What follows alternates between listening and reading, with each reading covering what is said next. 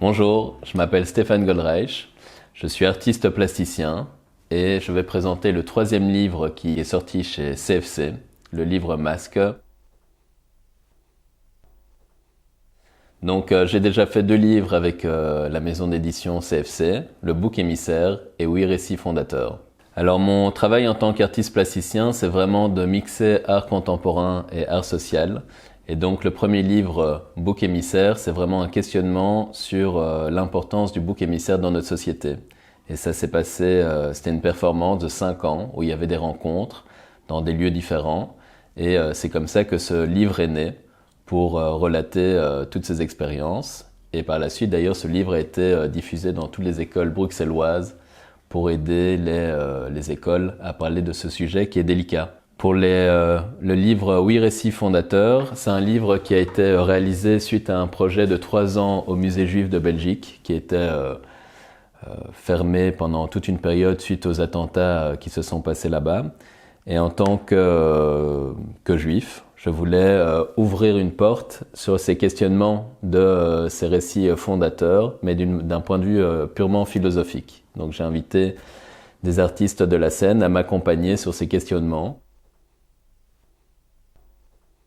Un des projets de lien social que j'ai pu réaliser, ce sont des grandes broderies participatives qui mesurent plus ou moins 15 mètres de long sur 3 mètres de haut et où je commence ces broderies sur des places publiques généralement et les gens se rassemblent et participent avec moi à réaliser cette énorme œuvre qu'on ne voit pas parce qu'elle est beaucoup trop grande.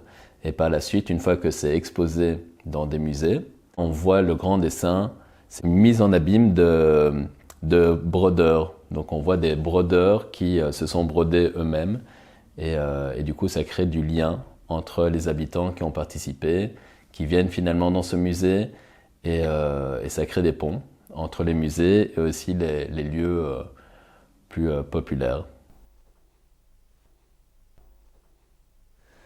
Alors concernant le masque, ce qui est étonnant, c'est que c'est un peu une obsession le masque. Ça veut dire que j'ai toujours réalisé des masques. Quand j'étais enfant, je faisais de la céramique à l'âge de 6 ans et je réalisais déjà des masques et bien plus tard, j'ai un ami qui était venu dans mon atelier et il s'est rendu compte qu'il y avait plein de masques partout. J'avais même pas réalisé moi-même.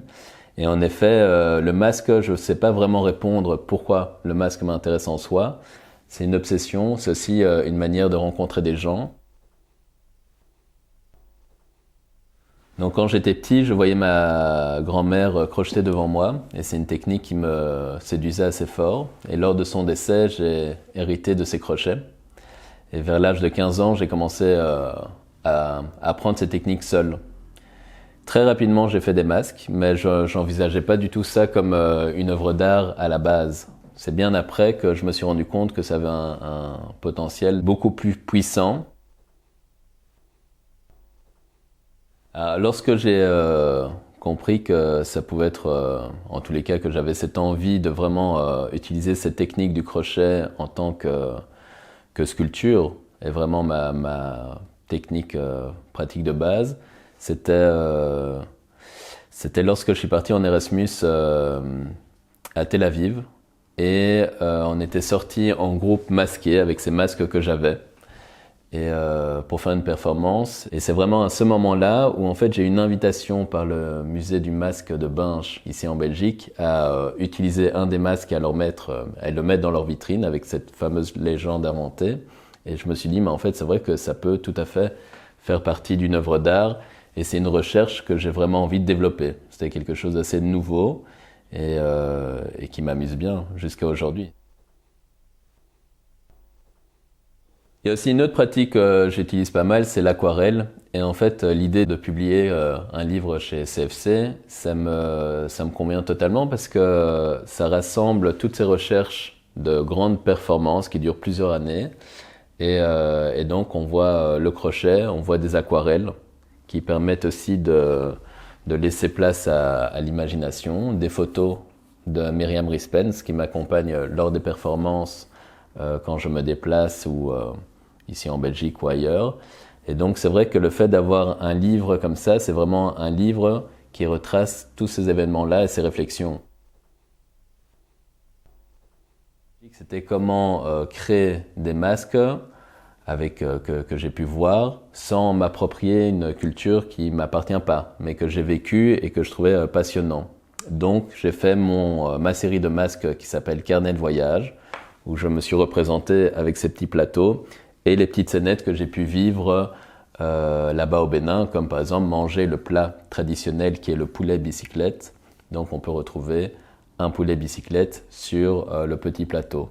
Et donc ces masques-ci que j'ai réalisés en crochet, à la base ils sont en bois, sont faits de la même manière, donc avec les mêmes codifications que les masques Guélédé.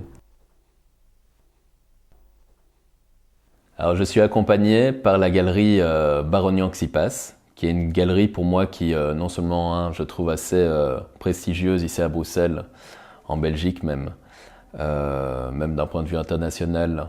Donc je suis assez content de participer, de faire partie de ces artistes.